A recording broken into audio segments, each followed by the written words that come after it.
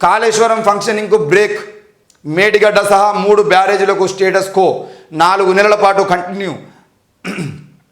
అన్ని రకాల మరమ్మతు పనులు సైతం నిపుణుల కమిటీ రిపోర్టు తర్వాత నిర్ణయం. అప్పటి వరకు నీటి నిల్వ లిఫ్టింగ్ వర్క్స్ బంద్. ఎల్లుండి డ్యామ్ సేఫ్టీ నిపుణుల ఫీల్డ్ విజిట్. కాళేశ్వరం ప్రాజెక్టు ఫంక్షనింగ్కు బ్రేక్ పడింది. అందులో భాగంగా నిర్మించిన అన్నారం, సుందిల్లా, మేడిగడ్డ బ్యారేజీల యాక్టివిటీస్ 4 నెలల పాటు నిలిచిపోతున్నాయి. సుమారు 4 నెలల పాటు నీటి నిల్వ, లిఫ్టింగ్ వంటి పనులన్నింటినీ ఆపివేయాలని ప్రభుత్వం నిర్ణయం తీసుకున్నది. ఇందుకు సంబంధించి ఇరిగేషన్ డిపార్ట్మెంట్ ఆఫీసర్లు, ఇంజనీర్లకు సర్కారు నుంచి ఆదేశాలు జారీ అయ్యాయి.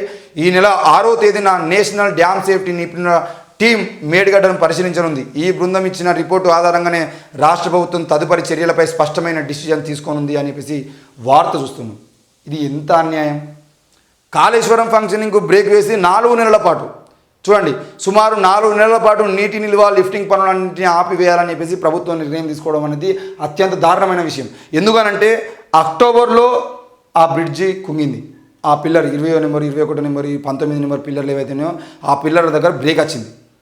ఈరోజు అక్టోబర్లో జరిగినటువంటి ఆ నష్టం ఏదైతే ఉందో ఆ నష్టానికి సంబంధించిన బాధ్యులు ఎవరో వాళ్ళ మీద కేసులు పెట్టి వాళ్ళందరినీ జైలు పంపిర్రి, ఏదైనా చేయరు.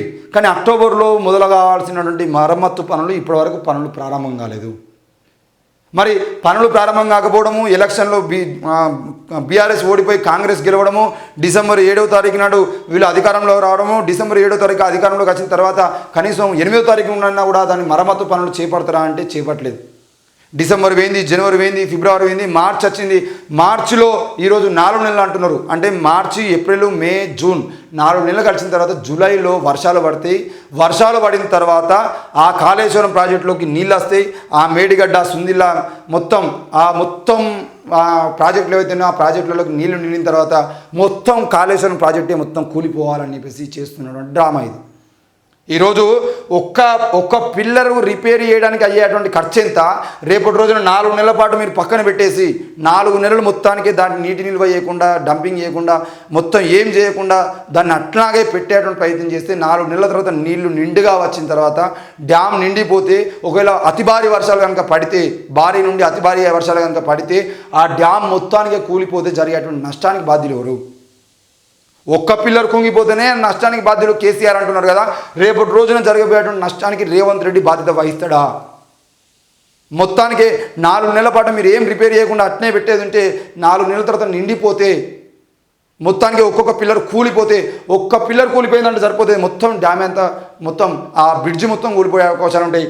ఆ నీళ్లు మరి ఆ డ్యామ్ మొత్తం తెగిపోయి నీళ్ళన్నీ వస్తే ఆ ముంపు గ్రామాల పరిస్థితి ఏంది? ఆ కొట్టుకుపోయేటువంటి జీవితాల పరిస్థితి ఏంది? మనుషుల పరిస్థితి ఏంది?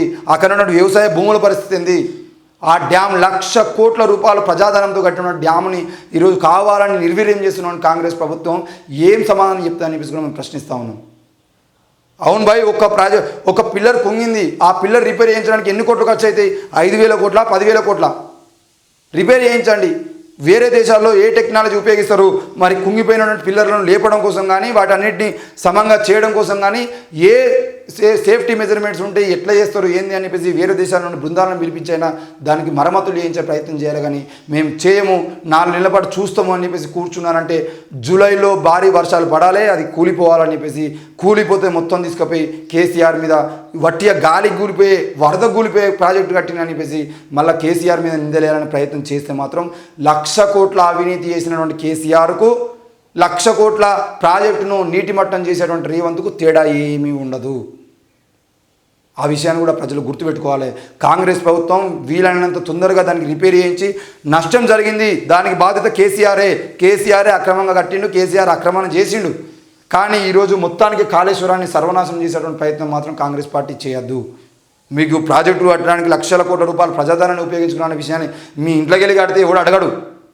కానీ ఈరోజు ప్రజల సొమ్ము కాబట్టి ప్రజలు అడుగుతున్నారు. దయచేసి కాళేశ్వరం ప్రాజెక్టు వెంటనే రిపేర్ చేయించాల్సిన బాధ్యత కాంగ్రెస్ ప్రభుత్వం మీద ఉంది.